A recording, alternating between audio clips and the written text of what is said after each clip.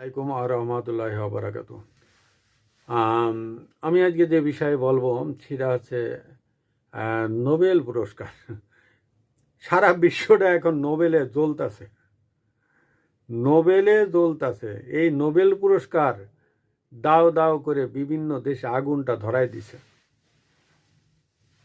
এই নোবেল পুরস্কারটা তাদেরই দেয় সাধারণত আমেরিকা এবং পশ্চিমা বিশ্বে, যাদেরকে টার্গেট করে, ছোটবেলা থেকে টার্গেট করে।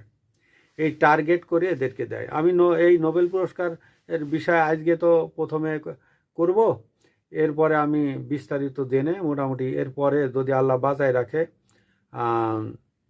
আর যদি ভালো থাকি তাহলে আমি পরে বিস্তারিত আর একটা কন্টেন্ট বানাবো। আজকে এই নোবেলে জ্বলতেছে ভেনিজুয়েলা। ভেনিজুয়েলার মাসাদো, যাকে আমেরিকার মানে একটা পোষ্য, এই মাসাদরে দিয়ে এই ভেনেজুয়েলাটাকে তছনছ করেছে। তো মাসাদের দোষ কি? মাসাদো, হ্যাঁ দোষ আছে, তার সমর্থক আছে, তার লোকজন আছে, এবং মাসাদোর স্বপ্ন ছিল।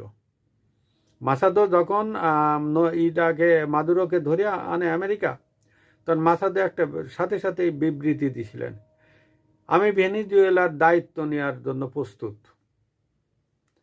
পরে ট্রাম্প হয়তো বলিছে তোমার চেহারা ভালো না, তোমার নেওয়া যাবে না, এই ধরনের কিছু হবে। তখন আর মাথা তো চুপচাপ করে বসে চোরের মতন বসে গেছে, আর কোনো কথা টথা বলেনি, বুঝলেন। কিন্তু কাজ যা করার দরকার, ভেনিজুয়েলার 12টা বাজানোর দরকার, মাসাদো বাজাই দিছে। ওই দেশের তেল গ্যাস এখন সব যা যেসব মূল্যবান খনিজ দ্রব্য আছে, ধাতু আছে, সব এখন আমেরিকা সরাসরি ঘোষণা দিয়ে দিছে। এদিকে ইরানের আর এক নোবেল যে ইরানের শিরিন এবাদি এইভাবে গোয়েন্দাগিরি করে ইরানের সম্পর্কে সব কিছু তথ্য আমেরিকা পশ্চিমা বিশ্বের কাছে দিছে, এবং সব মাস্টার প্ল্যানগুলো এই শিরিন এবাদির।